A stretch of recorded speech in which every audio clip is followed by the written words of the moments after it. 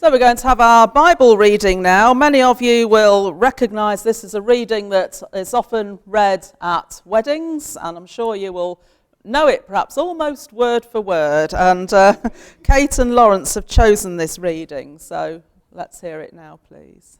Thank you. Bible reading is 1 Corinthians chapter 13.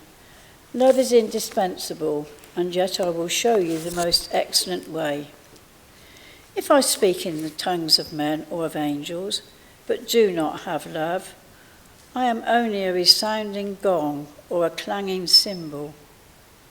If I have the gift of prophecy and can fathom all mysteries and all knowledge, and if I have a faith that can move mountains, but do not have love, I am nothing. If I give all I possess to the poor and give over my body to hardship that I may boast, but do not have love, I gain nothing. Love is patient, love is kind. It does not envy, it does not boast, it is not proud. It does not dishonor others, it is not self-seeking, it is not easily angered, it keeps no record of wrongs. Love does not delight in evil, but rejoices with the truth. It always protects and trusts, always hopes, always perseveres. Love never fails, but where there are prophecies, they will cease. Where there are tongues, they will be stilled. Where there is knowledge, it will pass away.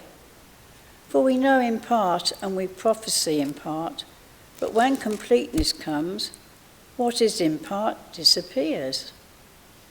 When I was a child, I talked like a child. I thought like a child. I reasoned like a child. But when I became a man, I put the ways of childhood behind me. For now we see only a reflection as in a mirror. Then when we shall see face to face, now I know in part, then I shall know fully, even as I am fully known. And now these three remain: faith, hope, and love. But the greatest of these is love. Amen.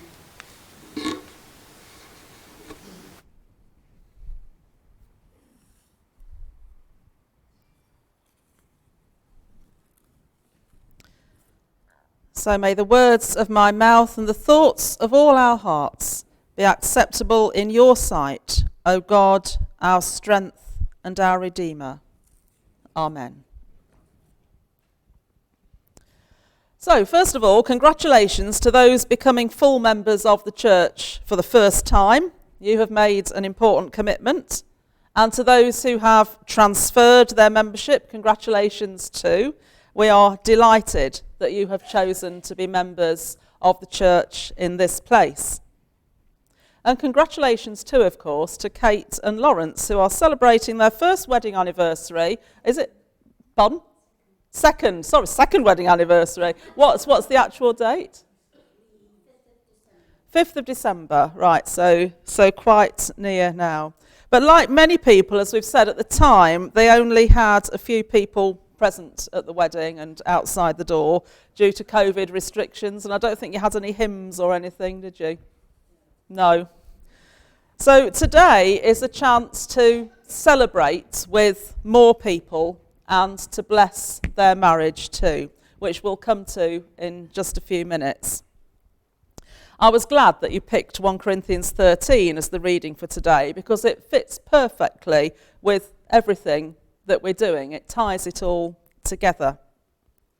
I think it's the most commonly chosen reading for weddings, and I know you had it at yours, and it says a lot about marriage. But Paul wasn't actually writing about marriage when he wrote it. He was writing about churches and relationships between individuals and factions that were developing within the church and so on. If you ask most churches what they need more of, they will say something like this. Money, perhaps. Young people, brackets to take on all the jobs. More volunteers in general, more rooms to hold activities, more musicians in most churches, but not here, but that's another version of more volunteers. More people to take local arrangement services, which is another version of more volunteers. And the more you think about it, the list goes on. But Paul says the thing you need more of is love. And if you don't have love, you can be as well resourced as it's possible to be, and you won't be any good. You could have pots of money, you could have volunteers for everything and so on, but without love and the other underpinning values of faith and hope, you will be like a noisy gong, and that's not something that anybody wants. The word that's used for love in this passage is agape, and there are different words for different kinds of love in New Testament Greek. This one is the one that underpins everything. We don't have an exact word for it in English, but it's about friendship, it's about putting other people first, about seeking the common good and being faithful and hopeful. All of those things sort of rolled into one.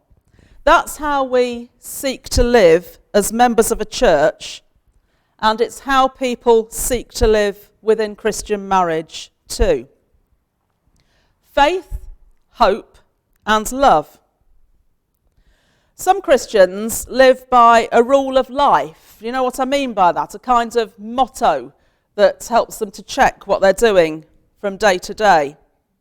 This one, faith, hope and love, is my own rule of life, my own motto that helps me to live out my discipleship as best I can. It's also the reading that we had for our own wedding, and I have a happy memory of old Uncle Sid sort of struggling his way to the lectern to read this reading for us. And that's another thing about this reading. Because so many people choose it for weddings and other special occasions, it kind of links us all together in a fellowship of people trying to live by those same values. But I run out of words now because I want to say that faith, hope and love, those things are more than values, but I don't know what the word is. They're things, I have to use the word things, that go to the heart of what it means to be human and what it means to be made in the image of God. Paul said in that chapter that we heard read, "If I have no love, I am nothing."